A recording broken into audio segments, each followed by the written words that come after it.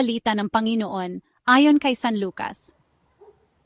Noong panahong iyon, samantalang dumaragsa ang mga tao, sinabi ni Jesus, "Napakasama ng lahing ito. Naghahanap sila ng palatandaan mula sa langit, subalit walang ipapakita sa kanila maliban sa palatandaang inilalarawan ng nangyari kay Jonas."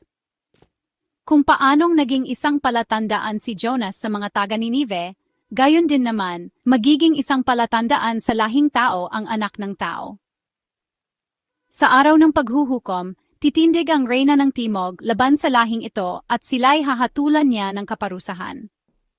Sapagkat nanggaling siya sa dulo ng daigdig upang pakinggan ang karunungan ni Solomon, ngunit higit na di hamak kay Solomon ang naririto. Sa araw ng paghuhukom ay titindig ang mga taga Ninive laban sa lahing ito at hahatulan ng kaparusahan, sapagkat nagsisi sila dahil sa pangangaral ni Jonas, ngunit higit na di hamak kay Jonas ang naririto. Ang mabuting balita ng Panginoon.